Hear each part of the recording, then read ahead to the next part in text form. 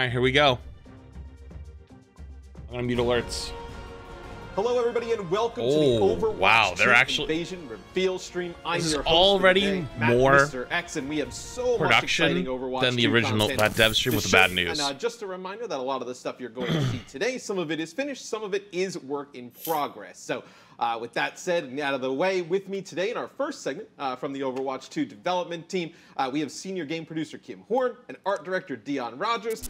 How are you guys doing today? This is more production than PvE. It's great. Me and Dion, we've been in a bunch of pieces together. Kim, we've talked for ages on Twitter. It's the first time I think we're meeting in person. It's great. And with you guys today, we're really gonna get into the Invasion story and some of the PvE experiences people are going to have. So, Dion, we've actually signed you up as our lore expert. Surprise! Yeah, surprise. One of the biggest reveals, with the trailer. I don't know what the obsession with these chairs are. They're extremely uncomfy. So, just give us a little bit of where are we in terms of the Overwatch story, and where these is chairs the suck launching balls. point for this? Okay. I hate them. Yeah, we have an amazing narrative team back at the office that helped put this stuff together. So TTS is already muted. on behalf of their awesome work they've done, and Kim and I have been on this for a while. But basically, these are cooperative missions that will finally move the story in the world of Overwatch forward.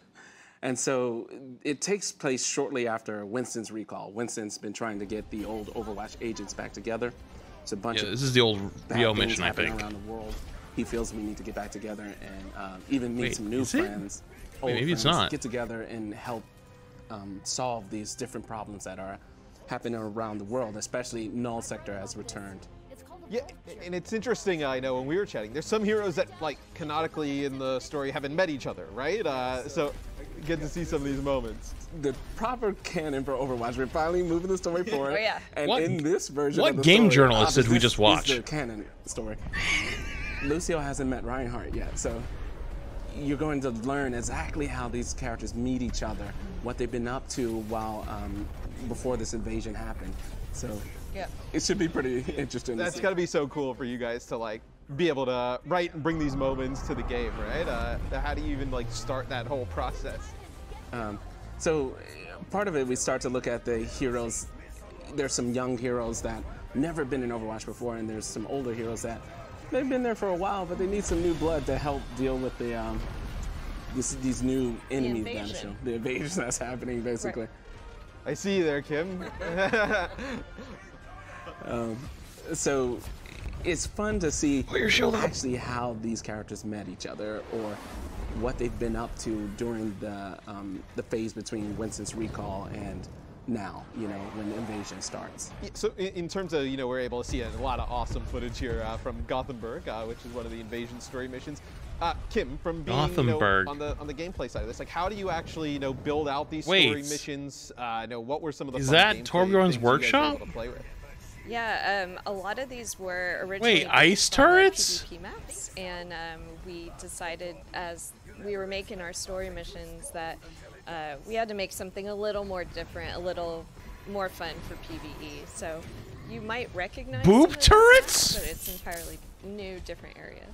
Yeah, I think that's super cool because we all know and love the Overwatch PvP maps, but you're made them for competitive, quick play purposes, where these have a completely different purpose, right? In terms of story missions. So when you guys kind of went back and looked at some of those areas, where were some of the things you wanted to expand on in terms of things you probably couldn't do with PvP? Right. So we both wanted to balance gameplay choices versus what did we want to do with the story. So for example, Rio makes a great location because it's connected to one of our heroes, Lucio. And you get to witness how he feels to see an invasion happening in his hometown, basically. Exactly. But we also, each mission has a slight difference in gameplay that we wanted to achieve from a cooperative perspective. And so it meant we needed to build newer maps to really balance the gameplay, plus the story moments we wanted to tell. Yeah. There's a lot of different needs in PvE maps versus PvP. There's something like a tunnel, which would be terrifying in PvP, but you actually might want to duck in there to hide from an enemy. Yeah. Yeah, a tunnel in PvP. No, I'd I'd be like, hey, don't put me in a tunnel in PvP. You know, you got the Reinhardts with the shatters down there. Right. But I guess that allows you to kind of have some more fun, a little bit more creativity, It's a like bit more different open. enemy types. Yeah.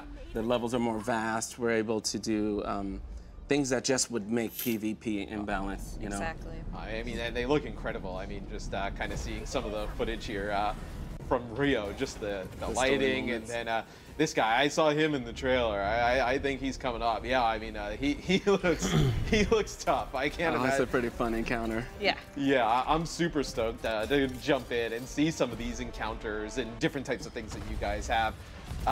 Kim, I gotta ask on the gameplay side, like, what was like the most fun part about being able to kind of craft into these story missions? A lot of the fun, one of the most fun things, I think, is the dialogue in between the heroes. You get to know the heroes and their interactions a lot more.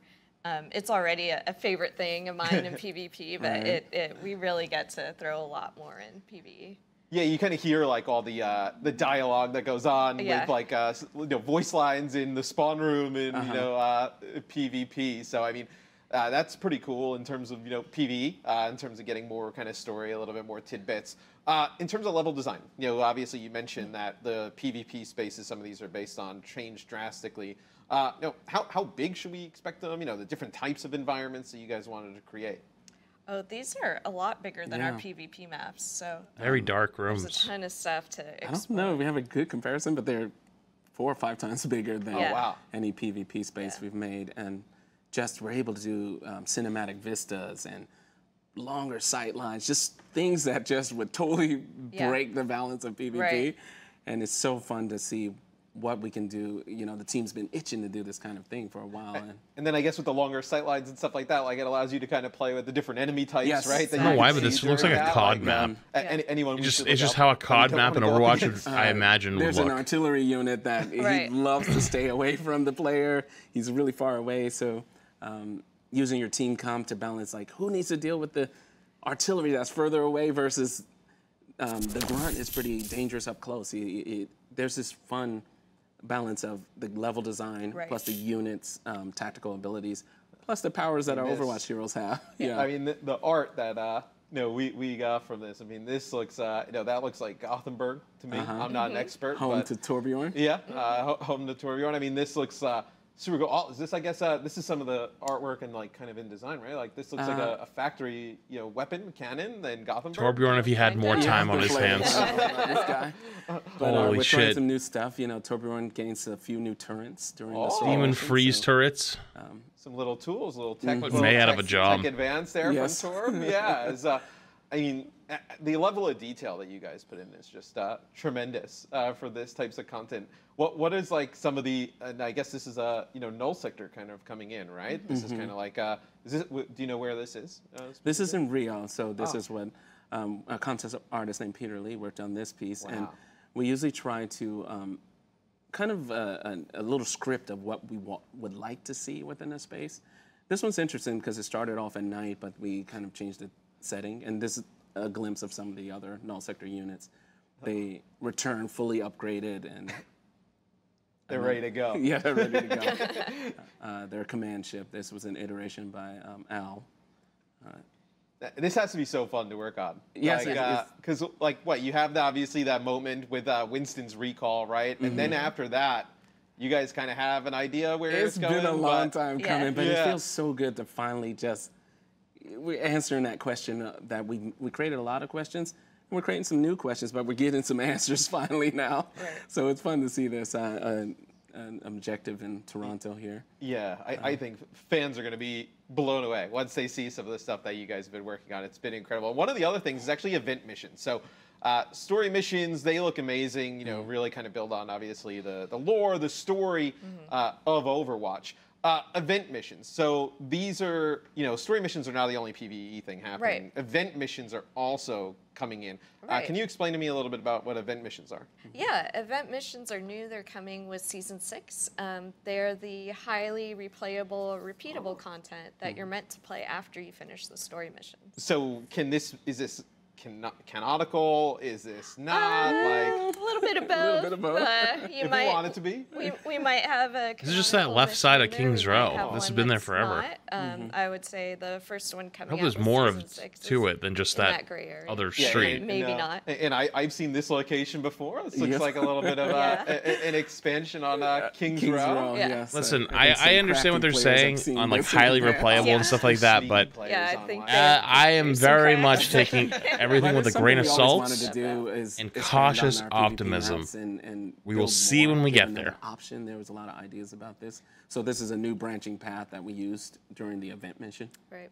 Yeah, in King's Row. Yeah, the lighting and everything here looks tremendous. And so what is the gameplay changes between a story mission and an event mission? Like, how should people expect those to play differently? We have a whole bunch of I would encourage you to do the same. And if it's really fucking good, applaud them.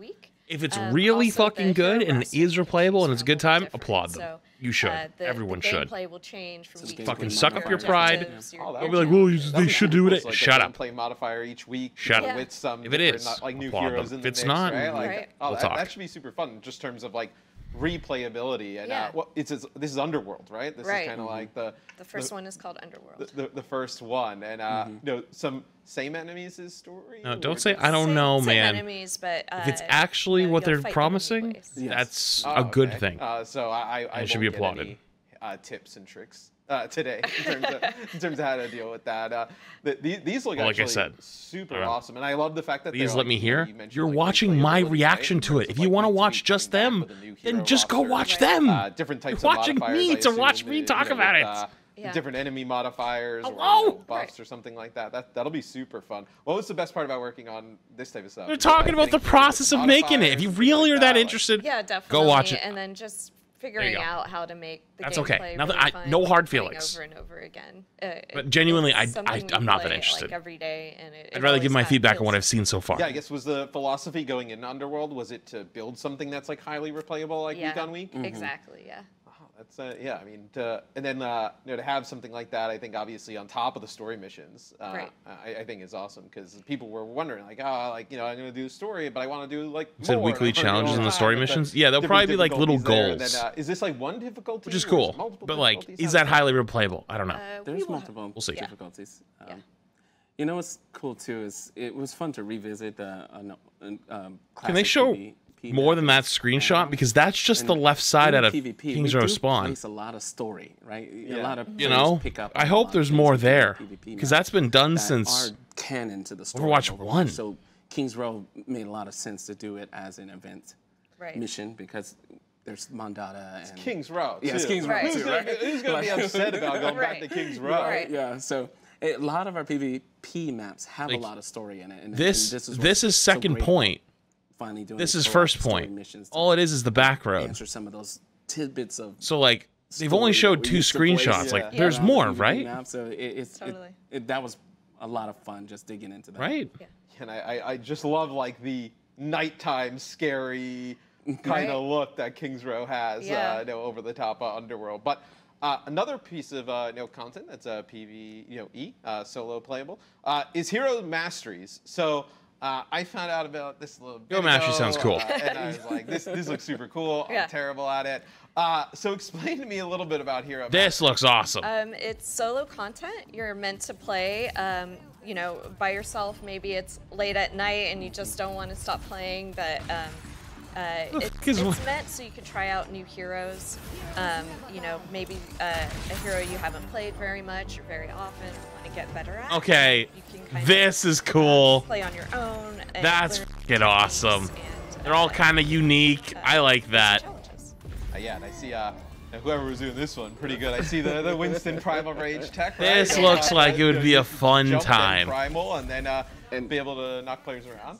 Yeah, and you know, story-wise, Winston basically created a simulation room within Gibraltar, Watchpoint Gibraltar, for the heroes basically to hone their skills, to test out, you know, just training. It's basically a training simulator or a holographic room that Winston created for our heroes to train. Did I just watch Chain Lightning happen? Why players can train. I have to go back and look at that later. or even use it as a way to start learning a new hero, you know, a hero that you haven't played before. Yeah, that's super awesome. You guys have like woven like the story and the universe into like hero masteries, right? Right. Like, it just exists as another thing like in the arcade, right? Like this is kind of. No, there's a door in Gibraltar. I see it. Place, you know. Right. That's super cool. And then, how did you guys go about? No, I think Kim, you were telling a story about like how this kind of came to be, right? Well, how it They clearly did started not is get a few of Boger us for on the this team were saying Winton that, footage. You know, our kids are starting to want to play Overwatch, and we wanted a safe space for them to learn how to play that, you know, isn't really in the live game. That's interesting. Did you hear that? Not learning with how to play. That's very interesting because that's one of the biggest criticisms of Overwatch is the game does a terrible job of teaching it. Space for them to learn and some people have suggested that they should partner with creators to make like tips and tricks videos on how to get into Overwatch like at a baseline level because there's nothing in the game for it. Exactly. If there's a hero I remember that. that's I remember your that favorite, suggestion that's like great, 2020. but now you can play someone new and maybe kind of get to learn the play style, find out if you actually like, you know, healing people. Finally learn to res. Right. Kind of like Karki videos, but dumbed down a little bit. Karki's videos are still a little bit too complex. It's so fun to see other people play, you know, and what they do compared to your own trials. Exactly. Yeah, no, I think this is super cool. Then, what should we expect when Hero Masteries launch? So we'll have 5 heroes. They all have coming out, Ramattra shields. That's 6 cool. Mid-cycle. There'll be different heroes you can play. Some will unlock different weeks, and yeah, they'll be scoring, so you can compare your score with your friends. Oh, that'll be cool. Like a little bit of like speedrunning type of thing, right? Yeah, definitely. You're able to go in, kind of maybe plot a way through the course where, hey, this is going to be the best course of action, right? Yes. I assume the coins obviously boost your score. So much of the Mercy one is about doing damage with their pistol. It's very odd. You can tell that one. I don't know why they're showing so much Mercy. Than the other ones. Like Mercy's not really about pulling up the Glock, right? you know? Right. Is it different enemy types? I feel like you probably could change that a bit. We made a whole new custom set of bots for this mode, and some are specific to certain heroes. So yeah, there's a whole bunch of new stuff to learn.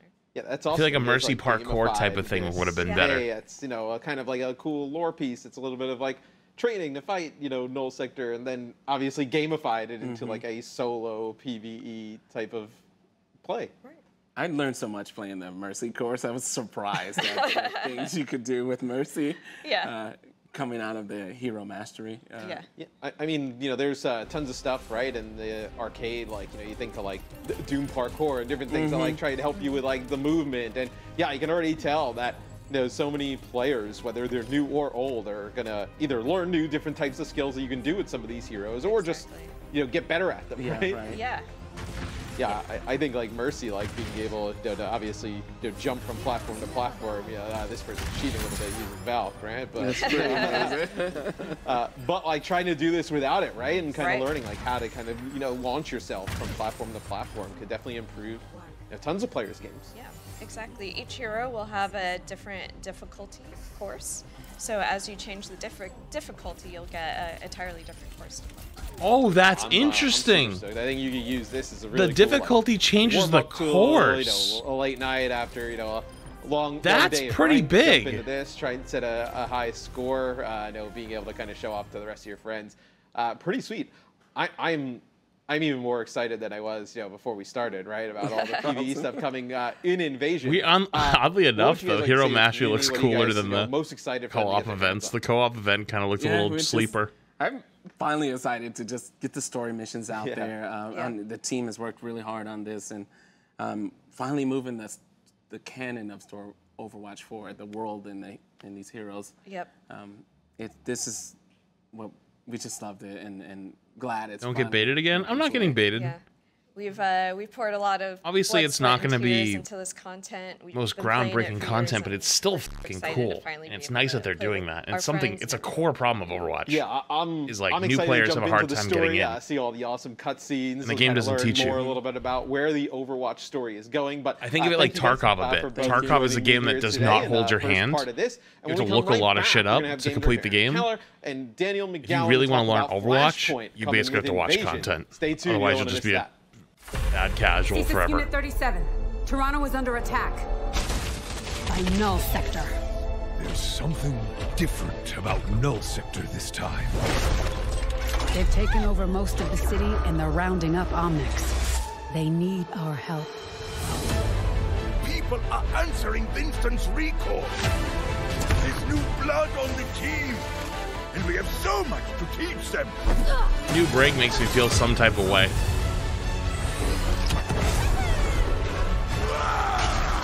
If we can stop Null Sector, maybe we can save the city. Coming through! Been a while, Vivian. As if I didn't have enough problems already.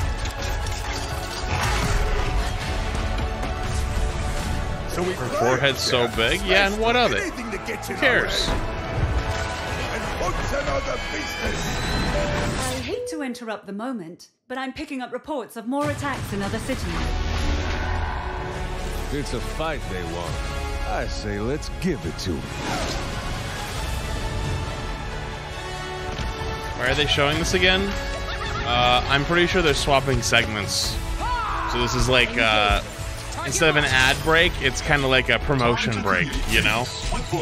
Welcome back, everybody. It's Matt, Mr. X, and this time I am joined by Aaron's up. This is when the juice flows. Principal environment artist Daniel McGowan to take a deeper look into some of the other things coming in Invasion. How you guys doing? Awesome. So good. Thanks for having us. No, I mean, I'm super excited to jump into this. Some of the PvE stuff we talked about earlier was super exciting. And then for me, I love PvP. So first I want to go into player progression, Aaron. I know a lot of people have been talking about it online, kind of, you know, dude, Aaron looks fresh as you may have a little bit of an update. I think I can update players on player progression system. Yeah, so this is going to be coming Yo, look at the pin. And our player progression system, it's a little bit different than the one that we had in the original Overwatch, which was just a player level system. This time what we really want to do is we want to recognize people playing the game, but also recognize the way that they play the game. So as people jump in and start playing in almost any of our game modes, they'll start earning experience in this new system. And what they do is they earn it per hero. And we'll be tracking their play style through a lot of different categories. So it might be things like games played, or damage done, damage mitigated, and healing done. And as you do that, you'll level up that particular category and earn an emblem for that hero.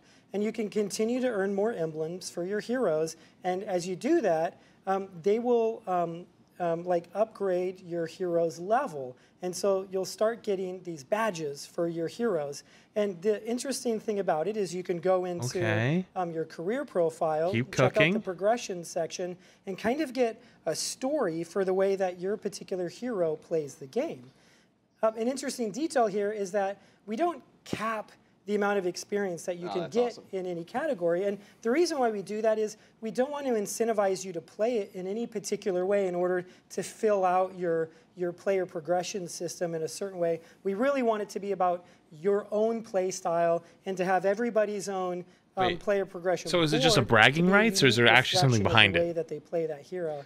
And then on top of all that, we're going to be rewarding name cards through this system. And so as you progress through the different categories, let's say you're playing Reinhardt, you'll unlock a Reinhardt name card. But then as you level Reinhardt up more, you're going to unlock higher level versions of those name cards. It's the first time we've really had a customizable name card like this. Yeah, I mean, that's really awesome for people to be able to show off, you know, their individual heroes, right? You know, you level a certain hero, or it depends on how high I can go. Hero all the time, right? You can show. If you can go really high with it, that kind of signifies how good you are and how much you've leveled up that hero. I want to talk about Flashpoint. So I know with the trailer that launched, everybody was talking about hear more Flashpoint. About that. Before we jump into like some of the details of the mode, tell us a little bit about just kind of the basics. How does Flashpoint play? Sure. So, yeah, Flashpoint is our newest game mode. 1%er problems? It's coming yeah, but that's the point of those types of things. It takes place. If the whole point of to show off something cool, these look awesome. It's because people don't have it. Of course, the 1%ers are going to want something that they can show off because they put in the most amount of hours. They should be rewarded through that system, right? Fully capture an objective on the map. That's what makes it special. When you first start in Flashpoint, you'll be in the spawn room, and you'll randomly choose one of the objectives on the map. And when the spawn doors open, everybody runs out. They go to that first capture point. the capture points work similar to the way they do in Control.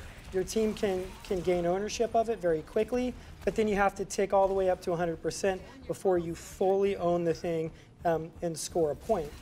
The interesting thing about the mode, though, is this is where everything kind of changes. So when a team caps that, what'll happen is we'll randomly select one of the remaining control points and activate that one. These maps, like I said, they're really big. So now you'll have these two teams typically traveling in a parallel path to the next capture This point. looks incredible, by the way. This is an amazing, It's like hard point.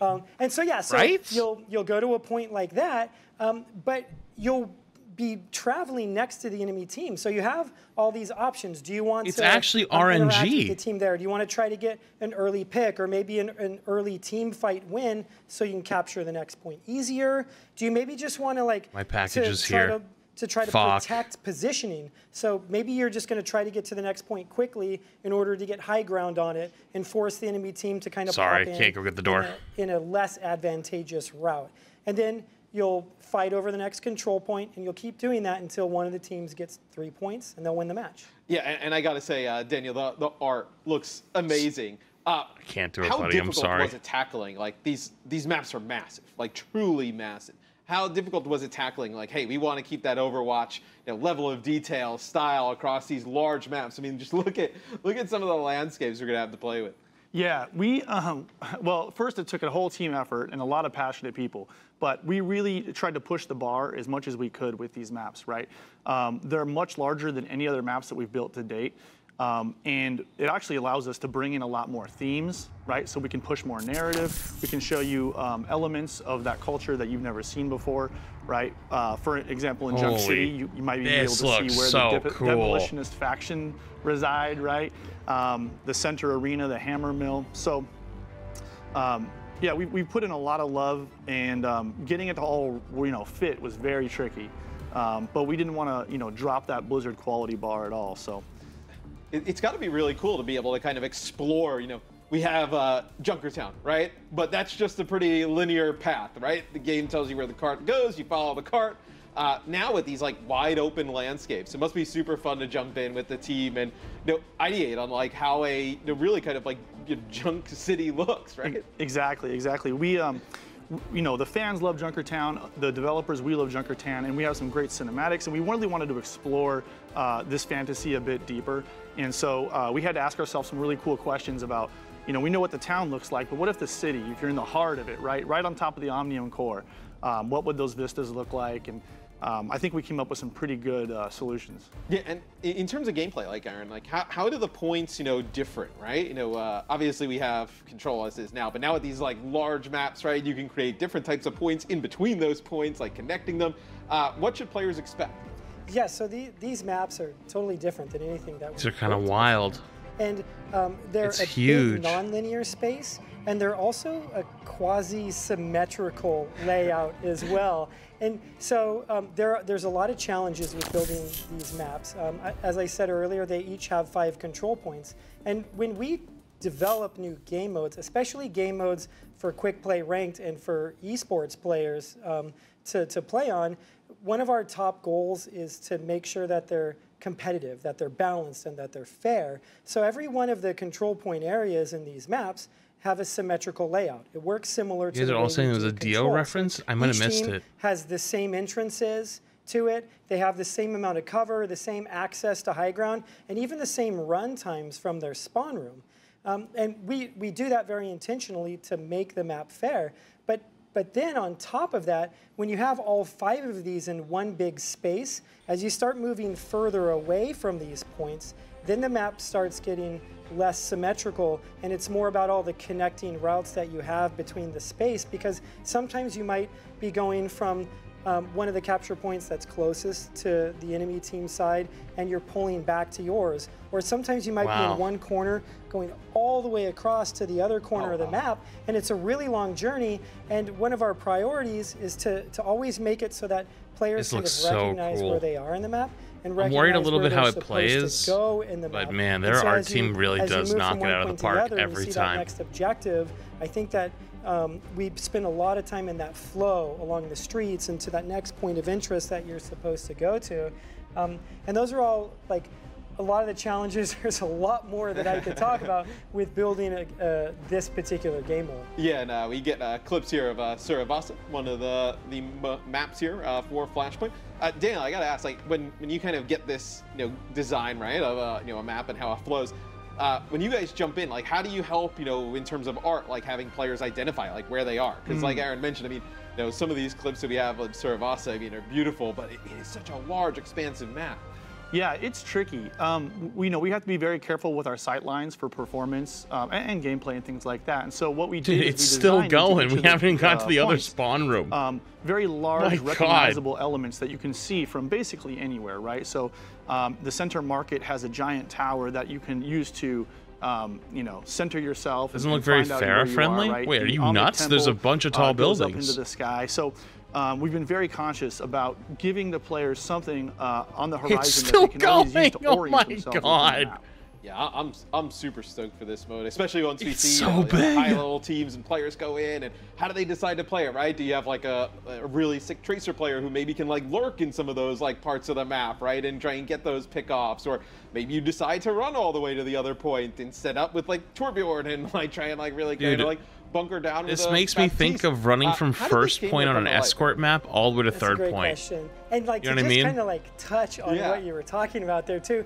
Since these maps are so big, there are so many little cool locations that you can go to, and I think that like a core skill for an FPS shooter is map knowledge. Yeah. It's not just about aiming. Overwatch's not just about also team play and ability usage. It's about learning the map. These maps are a lot bigger. Oh, that guy's got the biggest watch I've ever seen. Holy there's probably shit. Gonna be a longer tail to this learning curve. So it might be a little bit like more the size of my to jump into a head. map like this. But at the same time, I think that there's this process that you get to go through of learning it and getting better and better over time on one of these maps. Yeah, I think you'll see lots of really cool stuff. What's the best way to rotate from one point to the other, right? If you know a team is spawning in one spot, is this the best route to take, or maybe you take a little bit of a safer route? Is this the other one to kind of work on? I think there's a ton of, we see it with Push, right? Push came out, was played a certain way, and then over time who's that's Big like Fudge? changed. I like with Big Fudge. A mode like this, and I mean, you see where you can fight in all these different awesome locations. I think it'll definitely change over time. Yeah, definitely. Okay, sorry, jumping back to like how we developed this mode too. I think that developing new game modes for Overwatch is something that we have started to recognize as core to running the live game. And if you think about that's an interesting take there from Aaron, because I agree. You select a hero. You load into a map that plays. People might not like Push, but Push opened the door for more game modes. And more game modes actually makes the game fun. When you develop a new payload map, for example, there's only going to be a certain amount of. Yeah, you're not going to have everyone be a hit. For a map like that, they're very linear. They're cut into 3 sections. They have a certain amount of like choke points and run back times from the spawn rooms, and so. To create an experience that feels a lot different to players on a map requires a new game mode. And so that was our intention here, was to not just build some new maps, but to start evolving Overwatch into the future by building new game modes. These are the sorts of things that we would like to continue to do for the game. And when you start looking at what our game can be years down the line, as we're releasing things like story missions, we're releasing new heroes, new game modes, new maps. 3-5 years in the future, Overwatch is a much bigger, much more expansive, and much more evolved experience than you have today. Hearing all this makes me really feel bad for Aaron. He inherited so many problems with Overwatch, but he genuinely cares, and I think he's making a lot of the right decisions. Obviously, we have it sucks right now, but in like 2 years from now, for you guys to look and be like, okay, what I think Overwatch is probably thought of as a much different game. Absolutely. In a more positive way. For example, you can actually see Junkertown in the Vista. Oh, that's cool. Right? We've tried to give some kind of connection. Like this PvE debacle, I think is the end of the Overwatch 1 bad decisions and breaking free from them. First, and that one, we built that as an assault map originally, but when we cut to CP, I don't think it's really copium. It'd be a perfect opportunity. I think Aaron's made a lot of good decisions since he's took over for the Overwatch team. That location in our world. So, that was the first one we built, and we learned a lot, which we took to Junk City. Right. Yeah, that's super cool because the idea of making PvE wasn't even Aaron's. That was Jeff's. Just the locations. Do I still disagree they shouldn't have given up on it? Yes. But, man, it looks so good. But if he genuinely thought this is the only way forward, different from each other. I think that's one of the things that I really kind of take when I see some of the footage and watch is that. Every point in this feels different, but then also every game also feels different, right? Because as you were mentioning before, you're kind of traveling through different parts of the map that you may not experience. I don't think we're going to see that for a long time. The points are selected randomly in this game mode, and so you might start in the far right corner and then pull back to the near left corner, but sometimes you're going to go in a completely different order. So there's a lot of combinatorics in learning how to not just play the mode, but in learning like, hey, if we're going to be going from this point to that point, what's the right route to take? What are we going to do if the enemy team does this? Or, hey, we think we saw that Brigitte alone over there.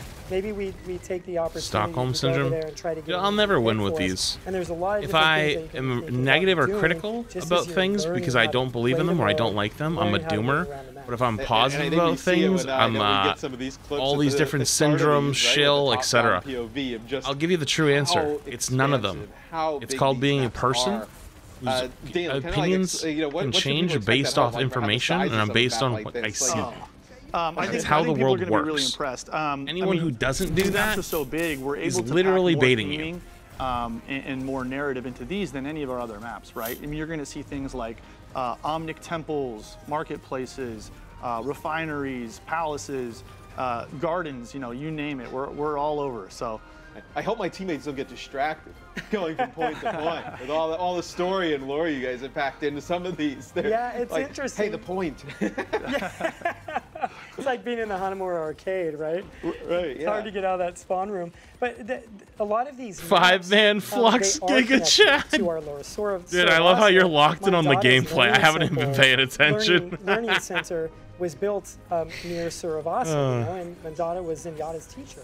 And so we have a lot of I think being pessimistic is perfectly fine. I think you actually should be pessimistic right now. Even though we might not have communicated. I'm not even optimistic. I just said that based on Aaron's decisions recently, I think he genuinely does care a lot, and he is doing his best, and he actually does make a lot of right calls. So I'm kind of excited for people.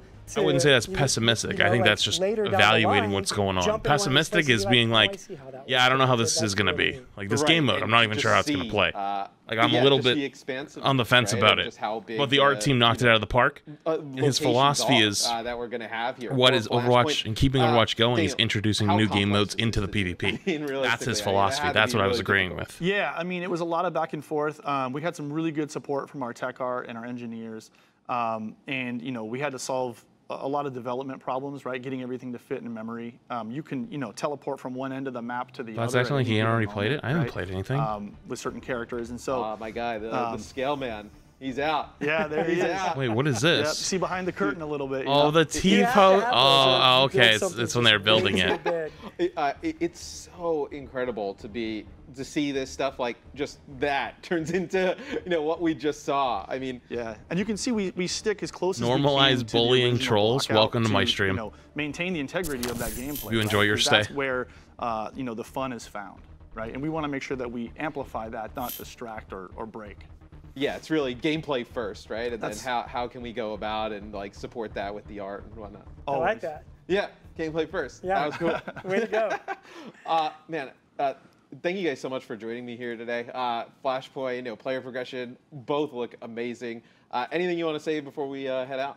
Yeah, I mean, one, thank you for having us. Thank you for letting us talk about Overwatch 2 Invasion. It's a season that we're so incredibly excited about, and it's not just because of Flashpoint or the progression system or the story missions or hero mastery. We have a new hero coming out that season. We have an event mission for people to play. We have another event later in the season that's coming. There's so much as a part of this season. Yeah. We're so excited for it. So yeah, I think we could probably talk about this all day if you let us. So thank you. Oh man, I still like look at the scenery behind this. I mean, Servasa is going to be a whole lot of fun to play. Yeah. Dana, anything you want to say before we go? I just can't wait to get this in front of people and play this with my friends and hear what the community thinks. Yeah, I think they're going to be super excited to be able to jump into PvE, PvP, all the awesome content coming in Overwatch 2 Invasion. But that's going to be it for us for the Overwatch 2 Invasion reveal stream. Thanks so much for joining us. Also, Season 5 out now. Jump in and play it. Get ready. August 10th kicks off Invasion. We'll see you there. Okay. That's the end of that. Everyone excited to play Role Heroes? Emily's been working on this campaign for ages. Yeah, I think that's it.